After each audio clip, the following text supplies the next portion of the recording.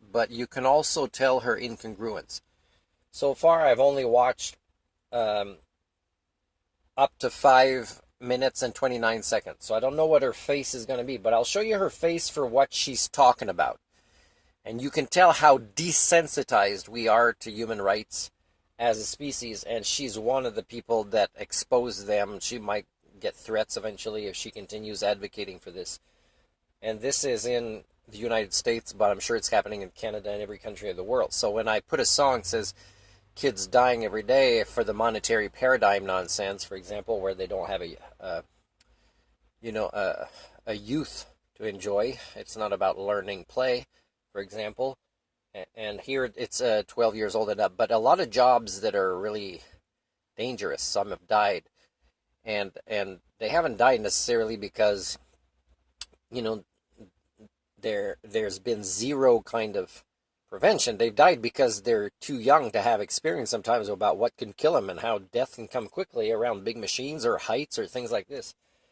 And it's a lot of the products that we consume, and a lot of them are products that are not even healthy for us, that are useless, and we don't want to stop buying these.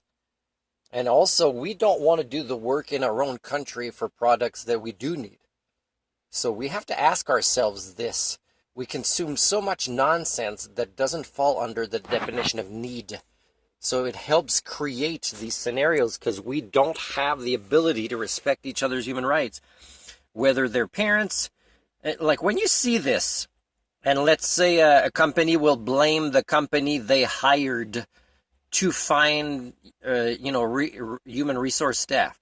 So they're disconnecting themselves from them, but, they'll probably get bonuses later. But, all these industries, was there no adults there who didn't blow the whistle? Same thing, like when a teacher gets arrested for something that's been going on for years and years, believe me, half of the school's staff should be arrested, okay? Believe me, if you cared about kids.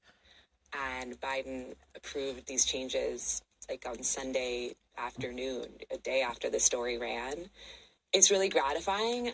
She's happy she's on TV. That there's still a lot to be done. But the thing she's talking about, it's pretty. Really do seem like they will like there should be crying. Of course, she might have cried a lot already, but.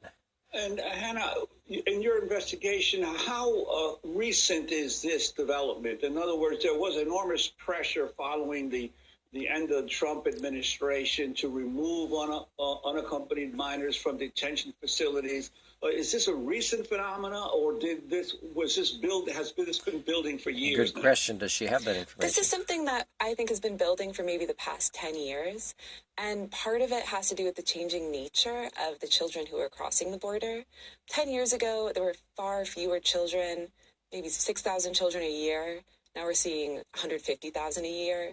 And those children were often coming to reunite with their parents. So they would cross the border and be released to a parent who often would take care of them. Often that parent would have paid to have them brought up. And now what we're seeing is it's much more common for parents to be sending these children, and the children are under pressure to send back remittances. So the dynamic of who's coming has changed. Should people primates have kids when they're too irresponsible to have labor kids? Shortage. We've seen a couple dynamics that have sort of created a perfect storm for this phenomenon to really explode. So labor shortage, 2021, in part, is people don't want to do stuff, and you keep them drugged and stupid and consumers of useless things that they don't want to build. So people stop buying useless stuff because whether it's made in China or somewhere else, and things made in China, the chain to get to the stores, to your homes, including the oil industries, has killed and murdered children. Stop consuming nonsense, which is what helps the elite become more and more powerful to control you.